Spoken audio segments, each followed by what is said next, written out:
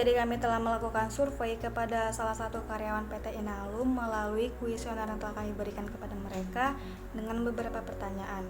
Yang pertama adalah, apakah kompensasi menarik dan memotivasi karyawan untuk mencapai tujuan perusahaan? Jawabannya adalah ya dengan komentar, dilihat dari kompensasi yang diberikan sesuai dengan resiko pekerjaan dan kebutuhan rata-rata karyawan, seperti gaji pokok di atas UMR dan tambahan gaji lembur yang sesuai dengan jam lembur. Fasilitas rumah karyawan dan bus karyawan menuju lokasi kerja juga diberikan pihak perusahaan sebagai kompensasi bagi karyawannya. Pertanyaan yang kedua adalah, apakah kompensasi ditetapkan perusahaan berdasarkan A. Hasil evaluasi setiap pekerjaan, B. Hasil survei upah dan gaji, C. Hasil penilaian setiap pekerjaan? Jawabannya adalah ya dengan komentar, semua kompensasi yang ditetapkan sudah sesuai dengan evaluasi setiap pekerjaan seperti ketepatan dan kesigapan ketika pekerjaan itu diberikan hingga pekerjaan itu selesai. Sudah sesuai dengan upah dan gaji seperti upah dan gaji sudah di atas UMR, semuanya sudah sesuai dengan ketetapan perusahaan yang dapat mensejahterakan kehidupan karyawannya. Pertanyaan yang ketiga adalah, apakah struktur dan kebijakan kompensasi sesuai dengan peraturan pemerintah? Jawabannya adalah ya dengan komentar, sudah sesuai dengan peraturan pemerintah bahkan di atas dari UMR wilayah Kabupaten Batubara untuk gaji bagi golongan rendah karyawan yaitu golongan C1 atau clerk 1. Pertanyaan yang keempat adalah, apakah kompensasi yang diberikan menjamin keadilan internal dan eksternal? Dengan jawaban adalah ya dengan komentar, menurut saya semuanya sudah adil, seperti setiap karyawan sudah mendapatkan fasilitas rumah karyawan, transportasi menuju lokasi kerja, dan komplek perumahan karyawan yang sudah sangat lengkap fasilitasnya. Dilihat dari kompensasi upah sesuai dengan jam lembur, bonus gaji tahunan, dan lain-lain itu sudah sangat adil dan sesuai dengan golongan dari setiap karyawannya. Dan yang pertanyaan terakhir adalah, apakah kompensasi memberikan kepuasan bagi karyawan? Jawabannya adalah ya dengan komentar, tentu sangat puas karena dari semua kompensasi yang diberikan perusahaan kepada setiap karyawannya sudah sangat adil dan yang terpenting sudah sangat memberikan jaminan kepuasan hidup karyawannya.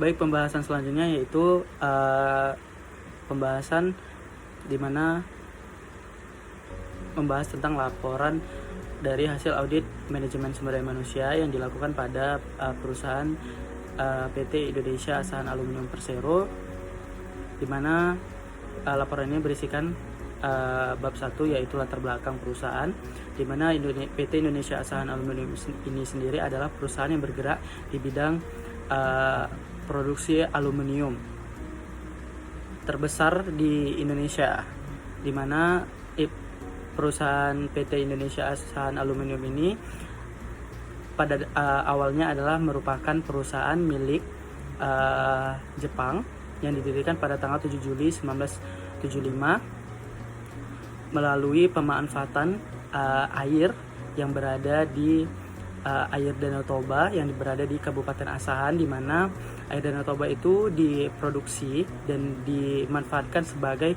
pembangkit tenaga listrik untuk dialirkan pada pabrik pengolahan yang berada di Kuala Tanjung, di mana pabrik ini merupakan pabrik utama dari produksi aluminium itu sendiri.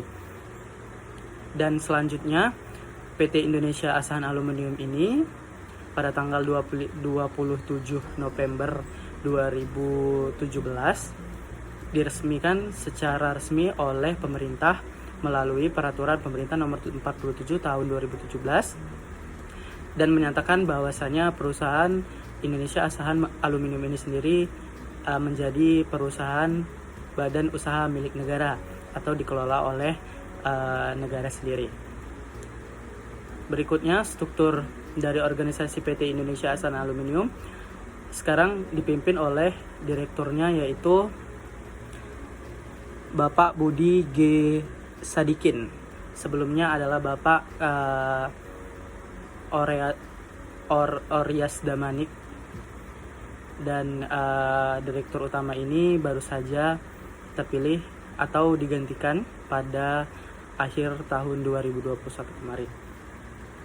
Selanjutnya pembahasan bab kedua yaitu kesimpulan audit, di mana berdasarkan temuan audit yang kami peroleh selama audit yang kami lakukan, kami dapat menyimpulkan beberapa penyimpulan, di mana yang pertama adalah kondisi, di mana audit yang kami lakukan ini adalah audit kompensasi terhadap seluruh karyawan yang berada di PT Indonesia Asahan Aluminium, di mana kondisi yang pertama adalah bonus sudah sesuai ketentuan, dihitung dari jam kerja lembur, dan bonus dari ketentuan penjualan produksi perusahaan. Yang kedua adalah kondisi di mana tunjangan hari tua seperti gaji pensiun sudah tercukupi. Yang ketiga adalah fasilitas penunjang pekerjaan seperti laptop, kantor, proyektor, ruang meeting, dan lain-lain yang menunjang fasilitas pekerjaan dari setiap karyawan. Itu juga sudah tercukupi. Yang keempat adalah kondisi fasilitas permainan penunjang waktu istirahat karyawan seperti fasilitas tenis meja yang berada di ruangan kantor yang menjadi fasilitas penunjang waktu istirahat bagi seluruh karyawan. Yang kelima adalah kondisi fasilitas perumahan karyawan yang sudah lengkap dengan fasilitas olahraga, minimarket, wilayah pedagang kaki lima, tempat ibadah, rumah sakit, dan danau rekreasi, serta komplek perumahan yang sudah cukup asri. Yang keenam, kondisi di mana fasilitas ruang kerja yang kondusif dan kekinian sesuai dengan jiwa millennials. Itu juga sudah tercukupi. Yang ketujuh adalah kondisi di mana fasilitas transportasi sebagai media mobilitas kepentingan operasional pekerjaan yang baik. Seperti contoh bus karyawan yang menjemput dan mengantar karyawan ke pabrik produksi serta kantor, dan mobil kantor untuk pelayanan lainnya. Yang kedelapan adalah kondisi di mana memberikan jaminan BPJS Kesehatan dan BPJS Ketenagakerjaan pada semua karyawan, itu juga sudah tercukupi. Yang kesembilan, kondisi fasilitas rumah sakit yang gratis untuk seluruh karyawan yang sakit. Terus yang ke-10, kondisi fasilitas keamanan komplek perumahan yang dijaga ketat 24 jam oleh security. Terus kondisi yang ke-11 adalah memberikan cuti tahunan sebanyak 12 hari cuti 12 hari cuti mengandung dan melahirkan, cuti kemalangan, dan cuti yang lain-lain. Itu juga sudah tercukupi. Terus aspek yang kedua yaitu dinilai dari kriteria audit kompensasi. Yang pertama yaitu sudah mengikuti peraturan dan ketentuan pemberian kompensasi yang diatur oleh pemerintah pusat, sudah sesuai dengan kriteria. Kriteria kedua yaitu pemberian upah minimum sudah sesuai dengan peraturan pemberian upah minimum regional wilayah Kabupaten Batubara. Itu juga sudah sesuai dengan kriteria. Yang ketiga, kriteria sejalan dengan peraturan Serikat Buruh. Dan yang keempat, kriteria melihat dan menimbang pemberian kompensasi berupa bonus sesuai dengan tingkat kinerja karyawan sudah tercukupi. Terus kriteria yang kelima adalah mengedepankan kenyamanan wilayah bekerja karyawan. Aspek yang berikutnya adalah penyebab. Nah, di bagian aspek penyebab ini, setelah kami melakukan audit, ternyata penyebabnya tidak ada penyebab yang ditimbulkan dari masalah pemberian kompensasi dan balas jasa dari perusahaan PT Indonesia Asahan Aluminium. Dikarenakan semua dasar pemberian kompensasi dan balas jasa yang diberikan sudah sesuai dengan peraturan pemerintah dan menjunjung tinggi kesejahteraan karyawan. Di sini tidak ada penyebab yang ditimbulkan dari kompensasi yang diberikan terhadap karyawan dari perusahaan itu sendiri. Terus yang terakhir adalah dari aspek akibat. Setelah kami melakukan audit, ada beberapa aspek akibat yang ditimbulkan dari pemberian kompensasi. Dari keseluruhan, akibat yang ditimbulkan adalah akibat yang positif.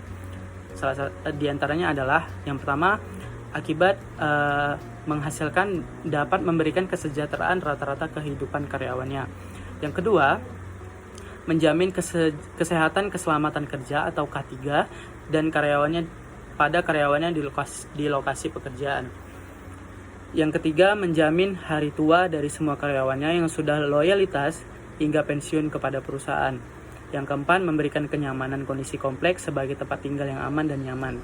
Yang kelima, memberikan suasana ruang kerja yang kondusif, fleksibel, dan kekinian. Yang keenam, memberikan hasil kerja yang puas dikarenakan pemberian fasilitas penunjang pekerjaan. Yang ketujuh, mengakomodir waktu agar seluruh karyawan tidak terlambat melalui pemberian fasilitas transportasi menuju lokasi kerja.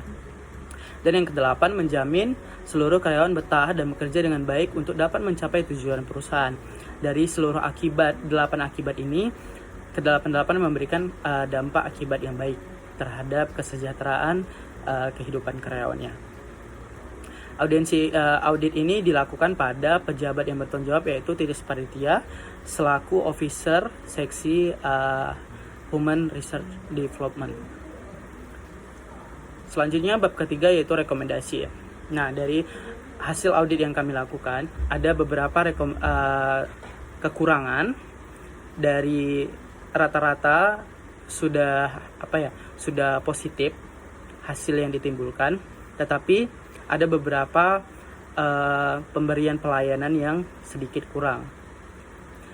Salah satunya adalah hasil audit yang dilakukan menemukan beberapa kelemahan yang harus menjadi perhatian manajemen di masa yang akan datang. Kelemahan ini dapat dikelompokkan menjadi 3, yaitu di sini kami hanya dapat 1 kelemahan, yaitu kelemahannya adalah persetujuan yang diberikan ketika sudah melakukan request fasilitas penunjang apapun itu terkesan sangat lambat di proses dari requestan yang dilaporkan.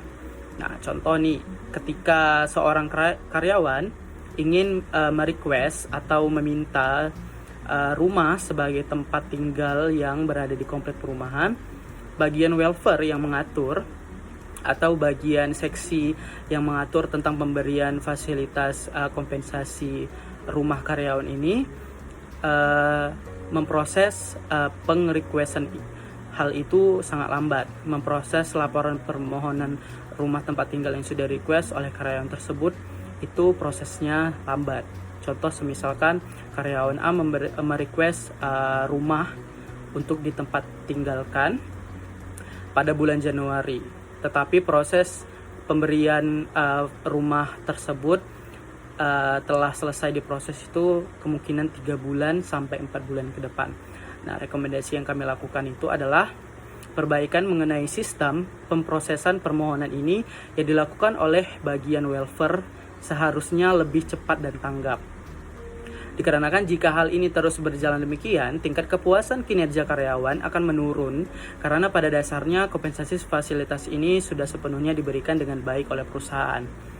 Nah, sebenarnya kompensasi fasilitas perumahan ini sudah baik diberikan oleh perusahaan, tapi pemprosesan yang dilakukan oleh bagian welfare yang lambat.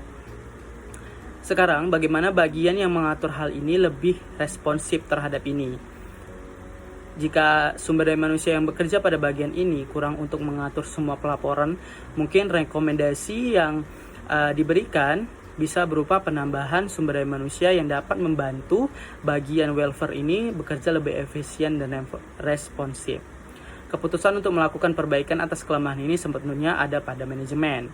Tetapi jika kelemahan ini tidak segera diperbaiki, kami mengkhawatirkan terjadinya akibat yang lebih buruk pada program kompensasi dan balas jasa di masa yang akan datang.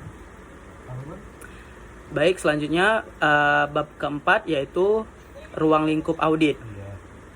Nah, di mana ruang lingkup audit ini adalah dilakukan sesuai dengan penugasan yang kami terima. Audit yang kami lakukan hanya meliputi masalah program kompensasi dan balas jasa pada perusahaan PT Indonesia Asahan Aluminium untuk periode tahun 2021. Audit kami mencakup penilaian atas kecukupan sistem pengendalian manajemen program kompensasi dan balas jasa, personalia yang bertugas dalam program kompensasi dan balas jasa, serta aktivitas program kompensasi dan balas jasa itu sendiri yang berada di perusahaan PT Indonesia Asahan Aluminium. Mungkin sekian presentasi dari kelompok kami yang kami lakukan audit kinerja pada perusahaan PT Indonesia Asahan Aluminium yang kami lakukan pada bagian kompensasi dan balas jasa. Lebih kurangnya kami mohon maaf.